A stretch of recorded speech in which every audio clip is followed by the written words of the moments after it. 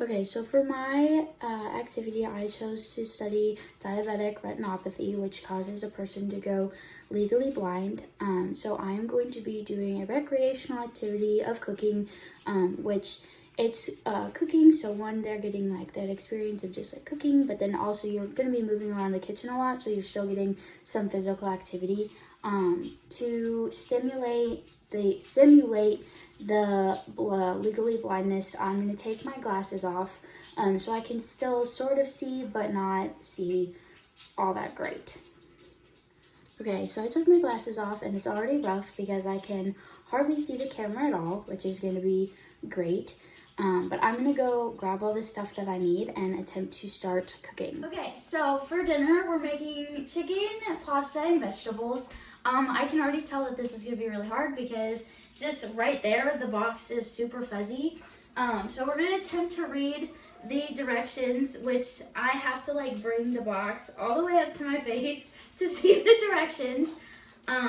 One thing that you have to keep in mind is like the safety of this activity, because I will be using a stove. I'll be using not a knife, but like scissors to cut up the chicken. So if a person can't see, you really have to like think about that sort of stuff before they start cooking. Okay, so in the medium saucepan, you have to bring the water, the butter to boil, and then you do the pasta for 12 to 14 minutes, and then you stir in the rest of like the special sauce and everything. One thing with cooking is that there's a lot of timers and things can catch on fire or you can overcook stuff. So having audible timers set for someone with a visual impairment is super important for them when they're cooking or really doing any sort of activity that requires a timer. Okay, so one thing with cooking is turning on the stove, and if you don't have a special stove that has either notches in it for the numbers and stuff, it can be dangerous because you don't know when to stop turning the heat up unless you just kind of know. So I have an assistant here that's going to tell me when I reach the 7 because I can't see any numbers on there at all. Okay, stop. Okay, so one thing with cooking is you have to cut things up. So with chicken or any sort of meat like that, sometimes knives can be dangerous if someone has a visual impairment because they can't really see their fingers, they can't really see how close they are going to the knife. So one thing that's great is using scissors instead of knives because they can kind of see and feel with their finger before they cut. So one thing that I underestimated was going to be seasoning the chicken. I thought that it was going to be easy, but I can't really see the chicken very well. So I'm kind of worried about getting too much spice on the chicken, but I can kind of sort of make out the like different coloration on it. So we're just going to go for it and hope that it is fine. Gonna be fine. He's still recording. Yeah. Okay, so one thing that I underestimated was how much that I am going to be relying on sound to hear things. So when I started boiling the water, I didn't even start thinking about like, oh, I need to like set a timer to make sure to check the water is boiling. I just was like, oh, I'll just see it.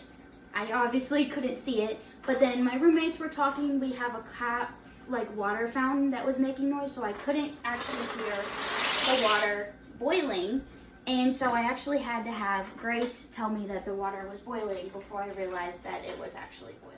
Okay, so one thing with chicken is that when I cook chicken, I usually rely just on the way that it looks to tell that it's done, but obviously I can't see it, so I'm going to have to actually set physical timers to remind me that like, oh, the chicken has been cooking for 4 minutes. It probably should be fine in like 4 to 6 minutes of cooking. But normally I would just like look at it and like cut a piece to see if it was actually fully done cooking. Okay, so one thing that I didn't think about while deciding to cook was the fact that I'm a very disorganized cook. And so everything is just kind of like thrown about the kitchen, which has been really stressful because I can't see where anything is now. So I lost the spoon that I was using to like stir the pasta and was like searching around on the counter because I quite literally could not see it, and it was right there. Okay, so I have to microwave it for the recommended time, which is 6.5 minutes. So, microwaves are great because they're relatively safe as long as you are taking care of it and keeping it clean, and then also making sure that you're listening to if you hear like popping noises, or you know, if something catches on fire, hopefully you can hear it. Okay.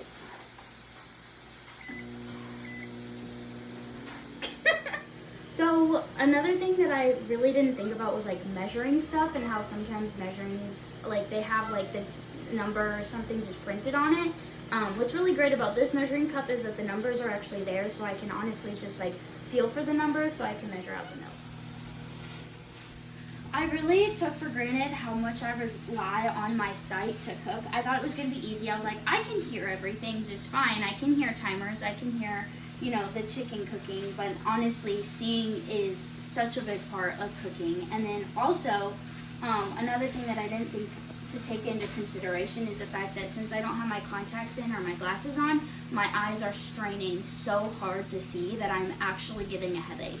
And my eyes are hurting while I'm trying to just see what I'm doing. Okay, so I have been cooking the chicken for a while and I need to see if it's done. We did set timers, but 4 minutes wasn't enough, so we did another 4.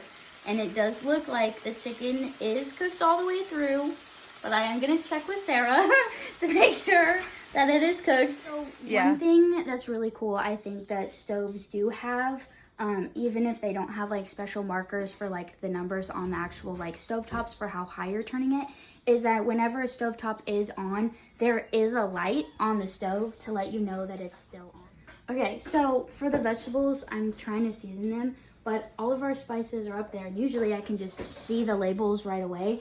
But right now I've been having to take down every single spice to find the one that I'm looking for. So I just had a conversation with my roommates about how much garlic to put on there, because usually when I put like spices on vegetables or on food, I can just see it on there, but I cannot. So Grace, do you want to come tell me if it's too much? That should be good, dog. Cool. And then salt is salt. They can always add more salt and pepper. Okay, so all in all, I think it went really well. I did not give my roommates San Vanilla, which was great. The chicken was fully cooked. I definitely underestimated how much moving around the kitchen I was actually going to do, because already when you cook, you do move around the kitchen quite a lot. But usually when I cook, like if I am standing over on our counter cutting up the chicken or cutting up vegetables, I can just look over to the stove and see if the water is boiling, or look over at the stove to see how like things are cooking. Whereas since I couldn't see anything, I have to move back and forth constantly if I wanted to actually like see if it was cooking right, or if the water was boiling or something like that. Something that I really appreciated was like the audible timers that I had set for myself. That kept me on track, because usually when I cook, I don't have timers. I just like go based on how it looks. Like, does it look cooked? Yes. So I think that was definitely a really cool experience. It definitely did get me moving around the kitchen a lot. All in all, it was a humbling experience that I hope I never have to do again.